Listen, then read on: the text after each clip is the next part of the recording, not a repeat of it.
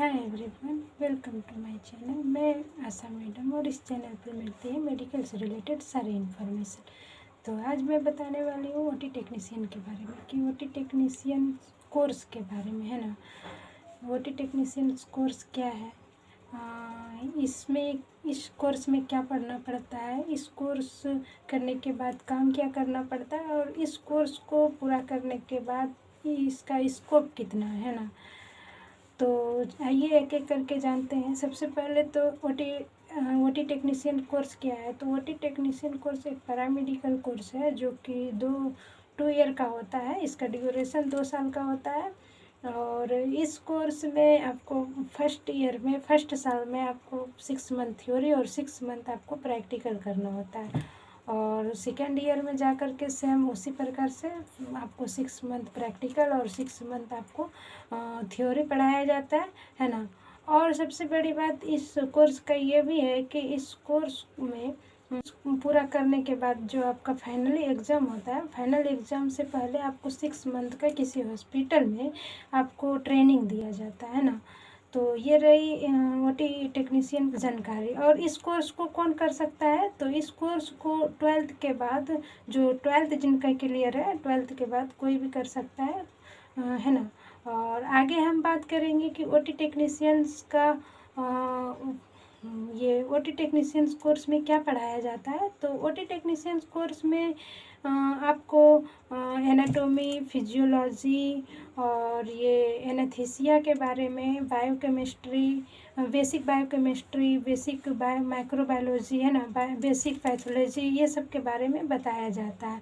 और इसमें जो है आपको ये पेशेंट केयर भी पढ़ाया जाता है और प्रिंसिपल ऑफ हॉस्पिटल प्रैक्टिस के बारे में भी बताया जाता है। बेसिक क्योंकि हॉस्पिटल का जो प्रिंसिपल है, सिद्धांत है, उनके बारे में भी बताया जाता है इस कोर्स में। और इस कोर्स का में पढ़ाया जाता है जैसे कि हमने बताया एनेस्थीसिया के बारे में बताया जाएगा और इंस्ट्रूमेंट के बारे में भी बताया जाता है। इंस्ट्रूमेंट के बारे में सबसे ज़रूरी है कि आप ओटी टेक्नीशियन हैं तो आपको सारे इंस्ट्रूमेंट के बारे में आपको जानकारी होना चाहिए और बढ़िया से क्लियर तरीक़ा से, है ना।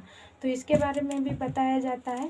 तो ये सब आपको, और कॉलेज में ये सब आपको पढ़ाया जाता है थ्योरी के रूप में भी। थ्योरी में यही पढ़ाया जाएगा और प्रैक्टिकल में भी यही उसका प्रैक्टिकल, जो आपको थ्योरी पढ़ाएगा उसी का प्रैक्टिकल किया जाता है। और दूसरी चीज़ इसमें आपको कंप्यूटर स्किल का भी जानकारी दिया जाता है, कम्युनिकेशन स्किल का भी जानकारी दिया जाता है ना। और तो इतना रही ये कोर्स के बारे में। इस कोर्स में क्या पढ़ाया जाता है, तो ये सारी चीज़ें बताया जाता है, इस कोर्स में पढ़ाया जाता है आपको। अब कोर्स क्लियर करने के बाद आप जब हॉस्पिटल में जाते हैं तो हॉस्पिटल में क्या काम करना पड़ता है। जैसे कि मैंने आपको बताया कि हॉस्पिटल आपको कोर्स करने से पहले, मतलब क्लियर जो होता है एग्ज़ाम से पहले, आपको हॉस्पिटल का 6 मंथ का ट्रेनिंग दिया जाता है ना। तो वहाँ पर ट्रेनिंग में जो दिया जाएगा वही, और काम क्या करना था, एक ओटी टेक्नीशियन का काम क्या है। तो ओटी टेक्नीशियन जो होता है तो उनका मेन काम होता है, एक हॉस्पिटल में उनका बहुत बड़ी जिम्मेदारी होता है। उनका काम क्या होता है कि पेशेंट जो है, जो भी सर्जिकल पेशेंट है, सर्जरी वाला पेशेंट है, तो उस पेशेंट को सर्जरी के लिए तैयार करना। सबसे पहले उस पेशेंट को ये ऑपरेशन थिएटर तक ले जाने के लिए उसको पहले ही तैयार किया जाए। जैसे कि कोई भी पेशेंट है उसको, जैसे हर्निया हो गया, अपेंडिक्स, बवासीर या पथरी या फिर किसी भी चीज़ का अगर उसे ऑपरेशन करना है तो उससे पहले उस पेशेंट को वो कंडीशन में है या नहीं, पेशेंट कंडीशन में है या नहीं, उस चीज़ का पूरा रिक्वायरमेंट जो है ना इनको रेडी करना होता है। जैसे कि उसका क्या जांच है, क्योंकि डॉक्टर तो देखेंगे ना, सर्जन डॉक्टर, तो टोटल वो तैयार करते हैं। और यहाँ तक कि पेशेंट को भी तैयार करता है कि ऑपरेशन थिएटर तक ले जाने के लिए, है ना।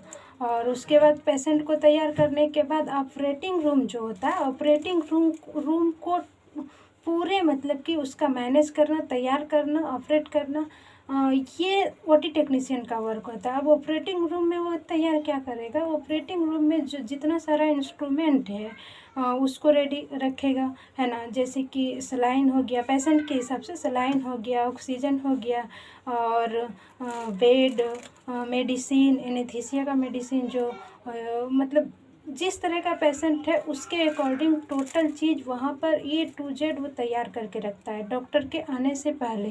पूरे जो है उस ऑपरेटिंग रूम का हाइजीन हो गया, टोटल वो तैयार करके रखता है डॉक्टर को आने से पहले। अब इतना करने के बाद भी ओटी टेक्नीशियन का वर्क ख़त्म नहीं हो जाता है। वो जब तक कि ये ऑपरेशन ना हो जाए, पेशेंट का जिस चीज़ का ऑपरेशन है वो टोटल ऑपरेशन हो करके जब तक पेशेंट बाहर नहीं निकल जाता है तब तक वो ऑपरेशन थिएटर में ही रहता है ओटी टेक्नीशियन। वहाँ रह करके वो ऑब्जर्व करते रहता है कि डॉक्टर को किस चीज़ का ज़रूरत है। डॉक्टर को जिस भी चीज़ का ज़रूरत होता है, इंस्ट्रूमेंट हो गया, टोटल इंस्ट्रूमेंट के बारे में उनको जानकारी रहता है ओटी टेक्नीशियन को। तो जो भी चीज़ का ज़रूरत होता है डॉक्टर को ये तुरंत अवेलेबल कराता है। या फिर पेशेंट को जिस चीज़ का ज़रूरत होता है तो वो पेशेंट को भी वो सारे चीज़ को अवेलेबल ये ओटी टेक्नीशियन करते हैं, है ना। जैसे सलाइन का ज़रूरत है तो सलाइन तुरंत उनको लगाया जाएगा, ऑक्सीजन का ज़रूरत है ऑक्सीजन लगाया जाएगा, एनेस्थीसिया देना है एनेस्थीसिया देगा, है ना। ये सारे काम ओटी टेक्नीशियन का होता है। यहाँ तक कि वो ऑपरेशन होने के बाद भी ओटी रूम से बाहर निकालना भी ओटी टेक्नीशियन का ही काम है। बाहर निकालने के बाद तब जा कर के वो उस पेशेंट को नर्स के हाथ में चला जाता है, तब जा कर के ओटी टेक्नीशियन का वर्क ख़त्म होता है ना। तो ये रही ओटी टेक्नीशियंस का काम। अब आप जानना है कि ओटी टेक्नीशियंस कोर्स जो होता है इसको फाइनली करने के बाद ये इसका स्कोप कितना रहता है, ये कोर्स करने के बाद कितना स्कोप रहता है हॉस्पिटल में। तो हॉस्पिटल में इस कोर्स का भी बहुत स्कोप रहता है। जैसे कि मैंने बताया कि कोई भी हॉस्पिटल है तो जिस हॉस्पिटल में सर्जरी होता है तो उस हॉस्पिटल में ओटी टेक्नीशियन का ज़रूरत पड़ता ही पड़ता है, क्योंकि बिना ओटी टेक्नीशियन का कोई भी सर्जन डॉक्टर सर्जरी नहीं कर पाएंगे। क्योंकि ओटी टेक्नीशियन का काम होता है कि ऑपरेशन करने से पहले जितना भी वहाँ पर वर्क है ऑपरेटिंग रूम में या फिर ये पेशेंट के साथ, टोटल काम तो ऑपरेशन ये ओटी टेक्नीशियन ही करता है। तो इसके बिना डॉक्टर कैसे सर्जरी कर पाएगा। तो हर हॉस्पिटल में ओटी टेक्नीशियन का ज़रूरत पड़ता है ना।